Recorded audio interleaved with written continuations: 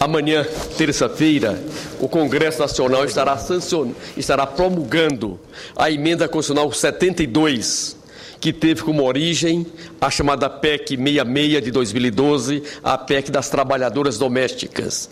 E dizemos trabalhadoras domésticas porque são mais de 7 milhões de mulheres e homens que atuam nessa atividade e algo em torno de 93%.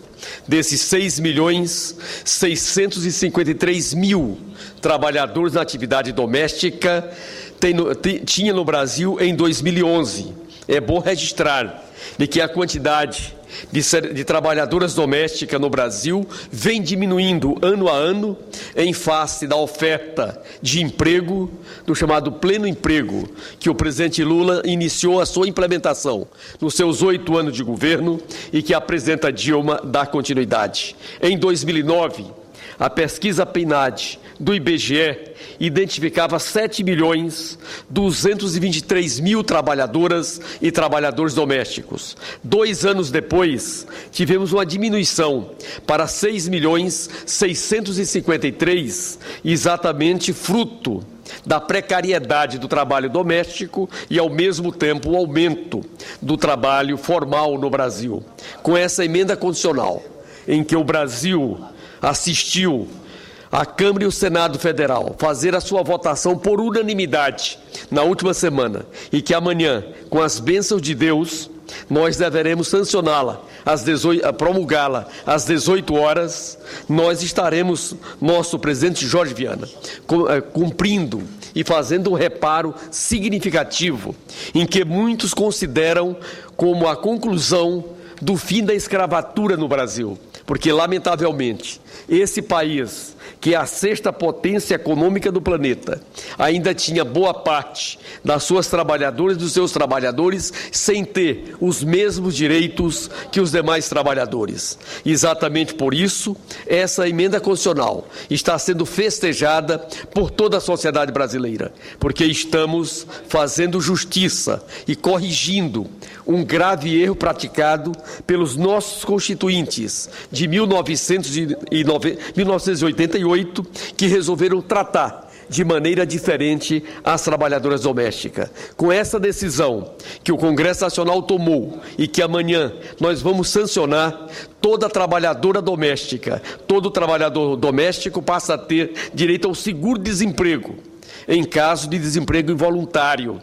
Esta era a última categoria que não tinha sido assistido durante os anos 90 e os 8 primeiros anos do presidente Lula, nós conseguimos universalizar o seguro defeso, que é o seguro-desemprego, para o pescador artesanal, para o extrativista, o quilombola e as populações que atuam nessas atividades em que predomina a informalidade e o trabalho individual. Agora, estamos estendendo para as trabalhadoras domésticas. E esse direito, que vigora no Brasil desde 1990, através da Lei 7.998, no meu entender, é automático para o trabalhador doméstico. Portanto, ao fazer a inclusão desse dispositivo em que assegura a trabalhadora doméstica o seguro-desemprego, nós estamos automaticamente incluindo na Lei 7.998 de 90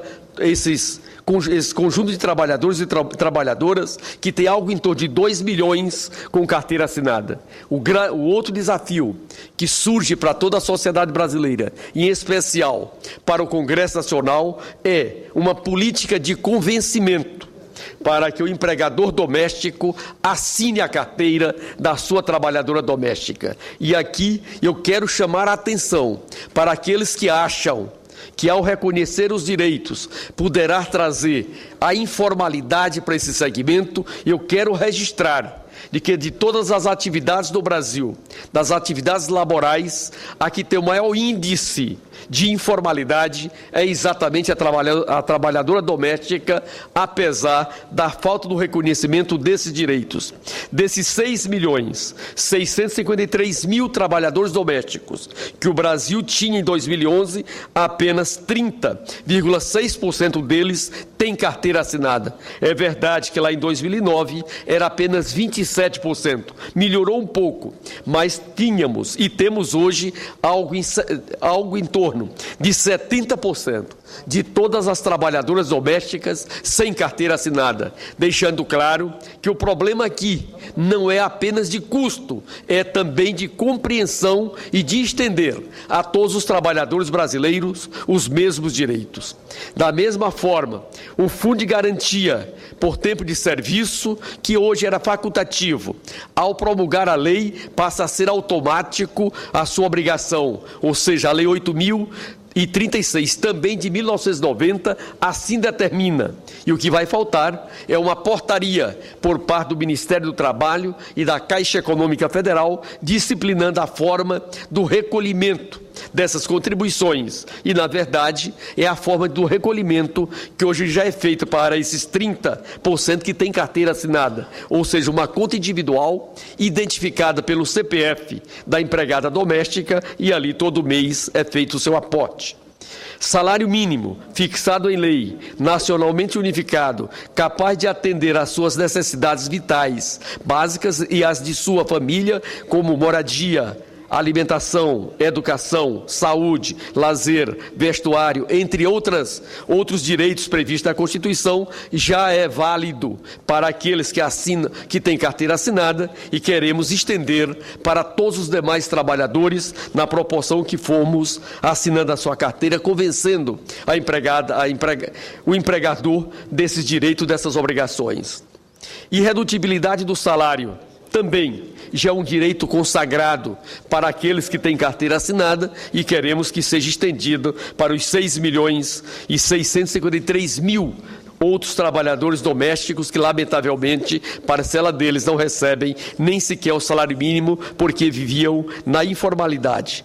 Garantia de salário, nunca inferior ao salário mínimo, também é uma proteção que o Brasil conquistou ainda nos anos 80, que o Constituinte de 88 assim garantiu e que queremos manter e estender para nossas trabalhadoras domésticas.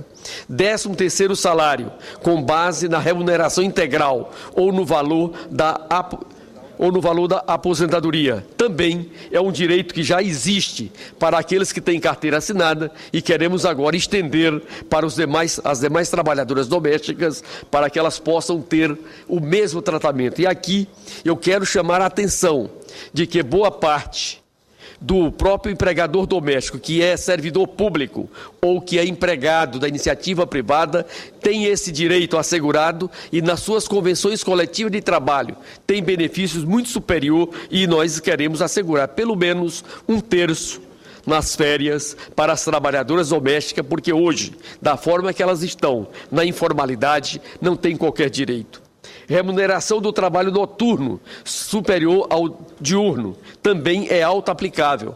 O artigo 73 da CLT já determina que essa remuneração é de 50% superior à hora normal, prorrogar por até 2 horas. A grande dificuldade que vamos ter aqui é exatamente a questão da fiscalização e do controle do trabalho noturno, que é o adicional trabalho noturno que cada um tem direito.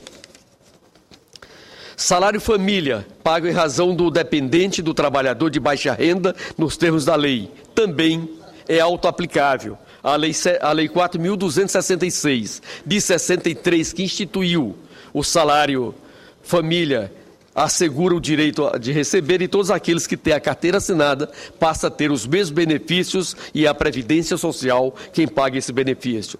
Repouso semanal remunerado, preferencialmente aos domingos. Todo trabalhador tem o direito de ter o repouso semanal remunerado e a legislação também já prevê esse repouso para aqueles que têm carteira assinada e queremos agora estender para os 6.653.000 que, lamentavelmente, precisam regularizar os seus direitos. Remuneração do serviço extraordinário superior, no mínimo, em 50% à da hora normal. Esse é um direito que a a chamada PEC 66, que passa a ser a Emenda Constitucional 72, traz e que também é auto-aplicável, já que o artigo 59 da CLT assim determina. Basta simplesmente o sistema de controle, que também, nesse item, vai exigir na fase primeira todo um acompanhamento por parte do trabalhador e por parte da empregadora para que a hora extra, como nós chamamos, seja também garantido. O gozo de férias anuais remuneradas com pelo menos 1/3 a mais do que o salário normal. Esse é um direito também já reconhecido no artigo 7º, que se mantém e que os trabalhadores que têm carteira assinada no setor doméstico já recebem, mas, lamentavelmente, aqueles que estão na informalidade, que a sua ampla maioria, mais de 70%, volto a dizer, não está sendo reconhecido por parte dos empregadores domésticos. Licença à gestante, sem prejuízo do emprego e do salário, com a duração de 120 dias. Aqui eu quero registrar que uma boa parte das patroas, das empregadoras, já tem 6 meses de licença maternidade para cuidar da sua criança. Mas, lamentavelmente, a doméstica que não tem carteira assinada, quando ganha a sua criança, muitas vezes sai diretamente da maternidade para a casa da empregadora, porque se não for trabalhar, não tem direito a receber o salário e não tem sequer um dia para dar o peito à sua criança, ao seu filho, um tratamento que nem as escravas, no final do século XIX, tinham no Brasil. Mas, infelizmente, em pleno século XXI, nós temos algo em torno de 70% dessas trabalhadoras domésticas que não têm o seu direito reconhecido, sem que possa dar assistência mínima aos seus filhos, às suas filhas, como é assegurado aos demais trabalhadores. Aviso prévio proporcional ao tempo de serviço, sendo no mínimo de 30 dias, também já é aplicado para aqueles que têm carteira assinada e esperamos que nesse esforço que a sociedade brasileira está fazendo para reconhecer os direitos trabalhistas da trabalhadora doméstica, possamos assinar a carteira das demais trabalhadoras para também ter direito ao aviso prévio proporcional. Redução dos riscos inerentes ao trabalho por meio de normas de saúde, higiene e segurança. Esse é um dos itens que vai exigir de todos nós muita atenção, porque o índice de acidentalidade no trabalho da trabalhadora doméstica é muito alto, principalmente no que diz respeito ao índice de deslocamento ou de trajeto, como nós chamamos. Como essas trabalhadoras domésticas moram longe do seu local de trabalho, se deslocam, às vezes a pé, de bicicleta, de moto e algumas de ônibus, termina sofrendo, nosso senador Vital do Rego, um alto índice de acidentalidade. E como não tem contribuição previdenciária, como não tem o reconhecimento do vínculo empregatício, essas trabalhadoras não têm qualquer proteção e muitas vezes são demitidas e não têm qualquer forma de sobrevivência a não ser os favores da família, de uma entidade de caridade ou alguém que tenha uma certa sensibilidade. Com esta PEC e com o reconhecimento dos direitos das trabalhadoras domésticas, também estamos assegurando a esse segmento. Aposentadoria. Todos nós sabemos que vamos chegar à terceira idade. Aliás, só não chega à terceira idade aquele que morre cedo. E Deus não nos criou para viver pouco. Por isso, todos queremos chegar à terceira idade. E na terceira idade, precisamos de um benefício, que é a aposentadoria. A aposentadoria para os segurados especiais, o agricultor familiar, o pescador artesanal, o extrativista, o quilombola e os povos indígenas, já universalizamos no ano de 2008, com uma decisão do Congresso Nacional e uma iniciativa do presidente Luiz Inácio Lula da Silva na época. Na área urbana, nós ainda temos um grupo significativo de mulheres que chega aos 60 anos de idade e não tem qualquer proteção previdenciária. Boa parte delas eram trabalhadoras da sua própria casa, chamada dona de casa de baixa renda ou a trabalhadora doméstica. Em 2011, a presidenta Dilma criou um instrumento para que dona de casa de baixa renda possa contribuir para a Previdência Social com apenas 5% do salário mínimo e garantindo todos os seus direitos previdenciários. Esses 6.653.000 em trabalhadoras domésticas, nós precisamos também criar um mecanismo para reduzir a contribuição patronal, porque pesa muito, é 12%, além da contribuição de 8% da empregada doméstica. E precisamos aqui ter um olhar todo diferenciado para a diarista, que já vem, é um setor que está crescendo muito nas atividades domésticas e a tendência, a exemplo dos países que se desenvolveram, é também aumentar.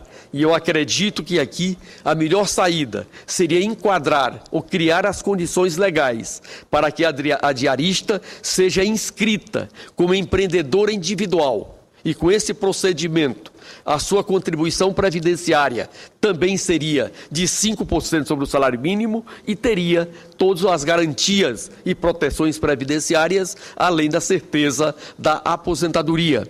Como também, na prestação de serviço, emitir o seu recibo, que é a nota fiscal, para a empregadora, para que ela seja protegida de qualquer ação posterior por parte do fisco. Aqui nós vamos precisar de uma iniciativa legislativa. A competência originária é do Poder Executivo, mas também pode a iniciativa ser do próprio Legislativo, do processo articulado, como fizemos com a dona de casa de baixa renda, ao incluir junto ao empreendedor individual, o seu direito de contribuir com até 5%. Essa iniciativa foram das companheiras deputadas e senadoras aqui do Congresso Nacional e em seguida tivemos a sanção presidencial. Portanto, aquela iniciativa pode perfeitamente trazer para a diarista como forma de criar um mecanismo de proteção. Assistência gratuita aos filhos e dependentes desde o nascimento até 5 anos de idade. Esse é um item que a PEC 66 de 2012 está trazendo e vai exigir do Poder Executivo e do Poder Legislativo mecanismos para que possamos ofertar a creche para esse setor. É bom lembrar que a Emenda Constitucional número 53 de 2006 já tratou dessa matéria, mas somente a creche pública, ou seja, a oferta da rede pública de creche até 3 anos de idade e do ensino infantil de 4 a 5 anos de idade, vamos cumprir essa determinação constitucional e, para isso, o governo federal autorizou a construção de 6.000 creches, parte delas já foram feitas, mas uma parcela ainda está pendente, principalmente por conta da falta de terrenos a ser doado pelos municípios. E nós precisamos, nesse item, juntamente com o Plano Nacional de Educação, o nosso PNE, criar condições objetivas para que, efetivamente, essas trabalhadoras possam ter a sua proteção. Quero também registrar de que estamos assistindo um conjunto de projetos de lei sendo apresentados ao Congresso Nacional como forma de fazer uma adequação e reduzir a carga tributária sobre o empregador doméstico. Cada matéria dessa nós precisamos analisar com muita atenção, porque parte deles, ao isentar da sua contribuição, pode diminuir o repasse do FPE e do FPM, do Fundo de Participação dos Estados e do Fundo de Participação dos Municípios, e isso traria uma diminuição das receitas do Pacto Federativo, que já é objeto de grande preocupação. Por isso, senhor presidente, eu quero saudar os nossos congressistas da Câmara e do Senado pela aprovação da chamada PEC 66 de 2012, que será objeto da Emenda Constitucional 72 a ser sancionada amanhã, terça-feira, a partir das 18 horas. E, ao mesmo tempo, nós devemos iniciar toda uma articulação política junto ao Ministério da Previdência, ao Ministério do Trabalho, para que aqueles itens que faltam ser alterados, que faltam ser modificados, seja feito no menor tempo possível e que efetivamente essa emenda constitucional possa vir beneficiar os 6.653.000 trabalhadoras domésticas que nós tínhamos em 2011, que foi o ano base de todo o estudo feito para a PEC 66 e, ao mesmo tempo, trazer a igualdade de tratamento para todos os trabalhadores brasileiros. Muito obrigado, senhor presidente. Senador Pinhão, permite uma parte? Pois não, senador Paim. Primeiro, cumprimentar a Vossa Excelência de vir à tribuna falar de um tema tão importante que está tendo, sem sombra de dúvida, uma grande repercussão em todo o país. Agora mesmo, numa conversa, Vossa Excelência esteve lá com o líder Walter Pinheiro, que é o relator do FPE, ele dizia que a presidenta faz questão, embora esteja no Nordeste amanhã, de acompanhar a promulgação da PEC da empregada doméstica. E dizer que Vossa Excelência tem toda a razão quando pede que a gente agilize os projetos em pauta para garantir a aplicação plena. O senador Requião mesmo é autor de um projeto, né, que garante direitos para o empregador doméstico em relação à empregada. Pediu que eu assumisse a relatoria, o senador Vital do Rego assim encaminhou, e também o Valdemir Moca, de forma tal que eu seria o relator desse projeto.